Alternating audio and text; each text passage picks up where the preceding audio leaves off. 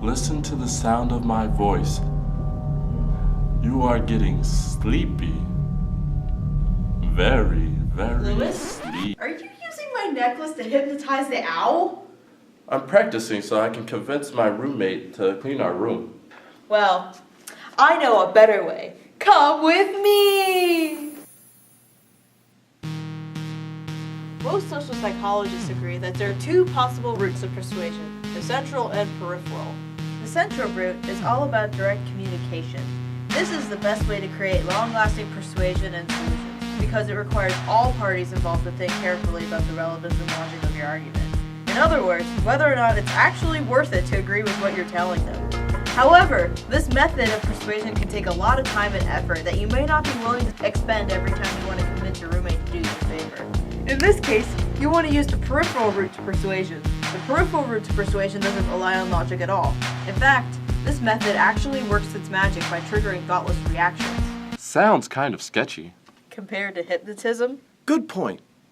using the peripheral route is nothing new. After all, we're exposed to this kind of persuasion every day through advertising.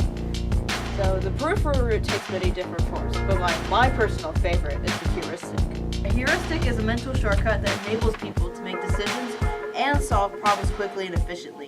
Humans have a lot of data to process, so sometimes we rely on recurring patterns to form our judgments instead of analyzing each individual experience. But Kate, how can I use them to convince my roommate to clean our room?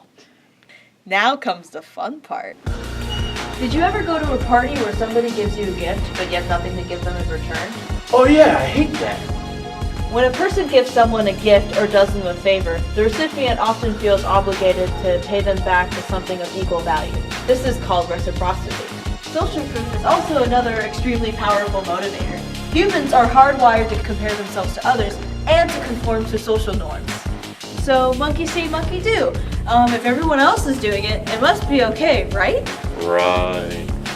And there you have it. If you can just convince your roommate that his friends have clean rooms, he'll feel pressured to clean his room even if you don't. But sometimes you have to get your foot in the door. Ask your roommate for something small, nothing too extreme. If your roommate follows through with this, he'll be more likely to comply with a larger request later on. If you work at it, asking for a little bit more at a time, suddenly whatever it is you are asking for won't seem like a huge request. Gosh, Kate, I sure learned a lot about psychology today. Now I don't have to go and hypnotize my roommate. Well, that's great. Can I have my necklace back? Sure.